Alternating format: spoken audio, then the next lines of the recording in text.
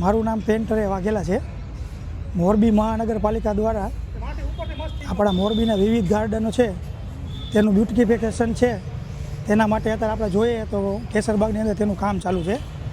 તે કામની અંદર આપણે અધિકારીઓની સૂચના મુજબ આપણે જે છે આપણે પ્લેગ્રાઉન્ડ છે, તો પ્લેગ્રાઉન્ડની અંદર બાળકો વિવિધ રમતો રમી શકે તેના માટે આપણે ગ્રાઉન્ડની અંદર બધી રમતો કરી છે।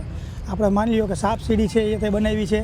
પછી અહીંયા સર્કલની અંદર આપણા ગુજરાતીના જે અક્ષરો છે જે બાળકો વ્યવસ્થિત રીતે ઓળખી શકે ને એક એની રમત રમાવી છે, રમત આપણે બનાવી છે। પછી આપણે જોઈએ બેકગ્રાઉન્ડની અંદર આપણે કલર કર્યો છે। પછી સામે આપણે જોઈએ દિવાલની અંદર તો કાલે પુસ્તકોની એક પરબની ઇવેન્ટ છે, તો તેના માટે એવા સુવાક્યો જે છે તે સારા લખેલ છે।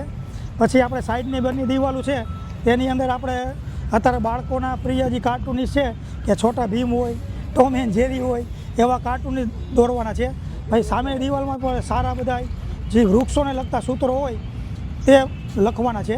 પછી આપણે ખબર છે કે જો આ ગાર્ડનની અંદર બધા વૃક્ષો છે તેને થળમાં આપણે બધું અલગ અલગ પેઇન્ટિંગ કર્યું છે કે જેથી એને કોઈ પણ આવે ને તો એને એ આકર્ષણ બગીચો લાગવો જોઈએ। એટલે બગીચાને લગતું કાંઈ પણ આકર્ષણની વાત હોય તે બધી અત્યારે આનામાં સમાવેશ આપણે કર્યો છે।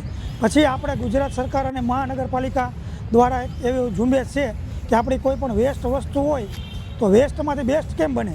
માની લો પ્લાસ્ટિકની બોટલ, બીજી કાંઈ ટાયર, બીજી કાંઈ વસ્તુ, તો એ વેસ્ટ વસ્તુમાંથી આપણે જે અહીંયા જો આગળ ટાયર તમે જોશો તો એ ટાયરને પણ પેઇન્ટિંગ કરી છે, એની અંદર સરસ મજાના ચિત્રો બનાવવામાં આવશે। એટલે વેસ્ટમાંથી બેસ્ટ વસ્તુ કેમ બને તેનો પણ આપણે આ પ્રોજેક્ટ એક મૂકવાના છીએ। તો મોરબી મહાનગરપાલિકા દ્વારા સ્વચ્છ સર્વેક્ષણ 2024 દ્વારા આ બધા અત્યારે કામો થાય છે।